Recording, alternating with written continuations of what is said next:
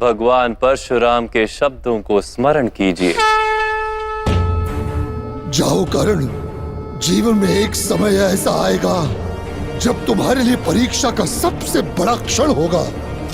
तो उसी क्षण तुम्हारी विद्या तुम्हारा साथ छोड़ देगी, लुप्त हो जाएगी, तुम्हारे किसी काम नहीं आएगी। यदा यदा हि धर्मस्य ग्लानिर्भवति भारत अभ्युत्थानमधर्मस्य तदात्मानं सृजाम्यहम्।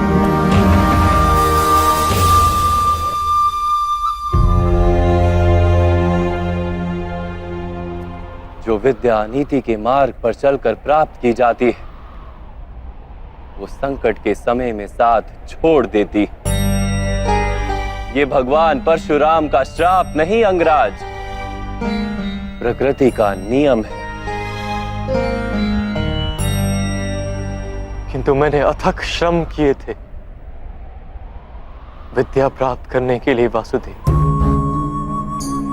फिर मुझे क्यों मेरी विद्या का विस्मरण हो गया?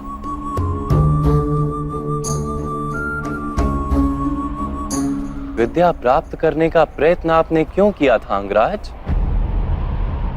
क्या विद्या का महत्व जाना था आपने? क्या विद्या प्राप्त करके समाज को लाभ देने की इच्छा थी आपके हृदय में? या केवल अपने अपमान का प्रतिशोध लेने हेतु आपने विद्या प्राप्त की?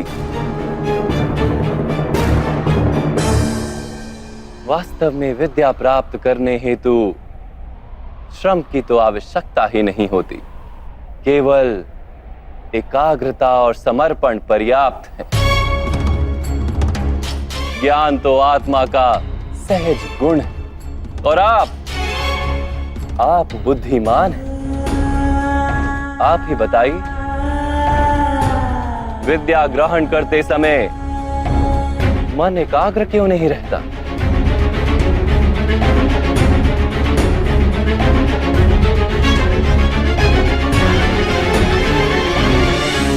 जब ज्ञान को मनुष्य साधन मानता है, किसी अन्य वस्तु को प्राप्त करने हेतु ज्ञान ग्रहण करने निकलता है, तब ज्ञान ग्रहण करते समय उसका मन स्थिर नहीं हो पाता। ज्ञान उसकी आत्मा का गुण नहीं बन पाता। जैसे रंग वस्त्र का अपना गुण नहीं होता, इसीलिए सूर्य प्रकाश में तप कर रंग छूट जाता है।